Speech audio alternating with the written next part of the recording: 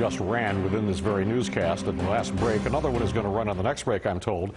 One of the races to watch is right here in our backyard, but it sounds more like a street fight than a campaign. Democratic Representative Max Rose and GOP State Assemblywoman Nicole Malliotakis are fighting for the one swing congressional district in the city. As the Election Project's Melissa Russo shows us, it's the swings and jabs in the ads that are catching voters' attention, for better or worse. Hypocrite, someone who says one thing but does another. Example, Max Rose. It's everything you hate about politics all in one person. Nicole Malliotakis, the first-class fraud. If there's anything voters hate about politics right now on Staten Island, it's these ads. The ads are driving me crazy. It's brutal and it's harsh. I don't like the negativity.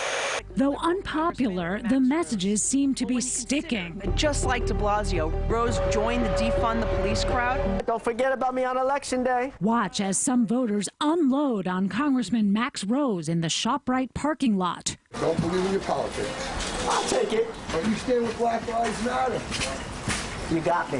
You caught me. In your life. Some of Rose's words on the campaign trail make his attack ads sound rosy. Hope your political career ends. Bro, I thought you were out of your mind either way, so don't worry. I am out of my mind. Supporters attribute Rose's campaign style to his years in combat as an Army captain. He was in the service, right? So it's more like a battlefield. But it was a peaceful march back in June that could backfire for Rose in this borough many police call home. The group is chanting defund the police. The Max continues to stay. If I showed up at that rally and I saw those signs, I would have left. Not only have I never voted to defund the police, every step of the way I have voted to increase funding for law enforcement, at this point by over $2 billion. The congressman says he was just acknowledging the pain of some young people in the district that day, but he's careful not to praise the movement. I walked with them. I would not participate, but it doesn't mean that I can't support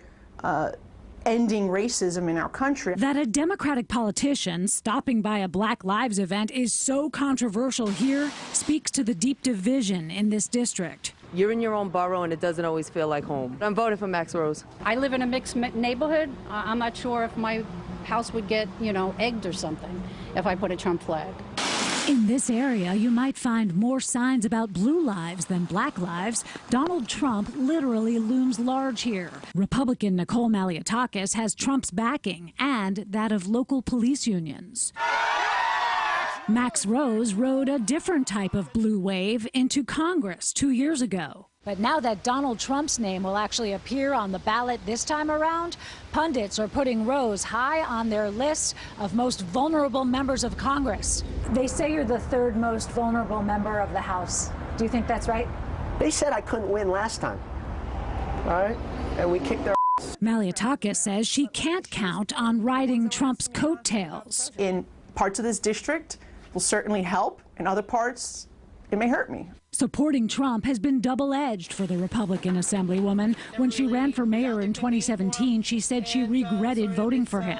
It's sort of dogging me down in this campaign, even though I was never really a supporter of his. Today, Malliotakis says she didn't really mean that. Yeah, and that was said sarcastically out of frustration because the media constantly wanted to ask me about the president.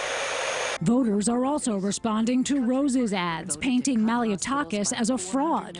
When the virus hit and some were putting it all on the line, Nicole Malliotakis was getting photoshopped into a picture to make it look like she was too. She's full of shit, to tell you the truth, right? Okay? Thank you. More recently, moderators muted her for repeatedly interrupting Rose during their debate. And that's why they're trying to jam it into a pandemic. All right. You were her, oh my God. Yeah. She has a mouth like this. Yeah. Are you taking a page from the Donald Trump guide to debate? No, it was one moment where I was challenging Max because he was being very dishonest. There was certainly an effort to have civil discourse. But ultimately, the stakes are incredibly high right now. They should really talk about what's important to the people. Some voters say they know what's at stake. Our taxes are very high. They're just struggling to cut through all the noise. I just think they're both phonies. On Staten Island, Melissa Russo, News 4 New York.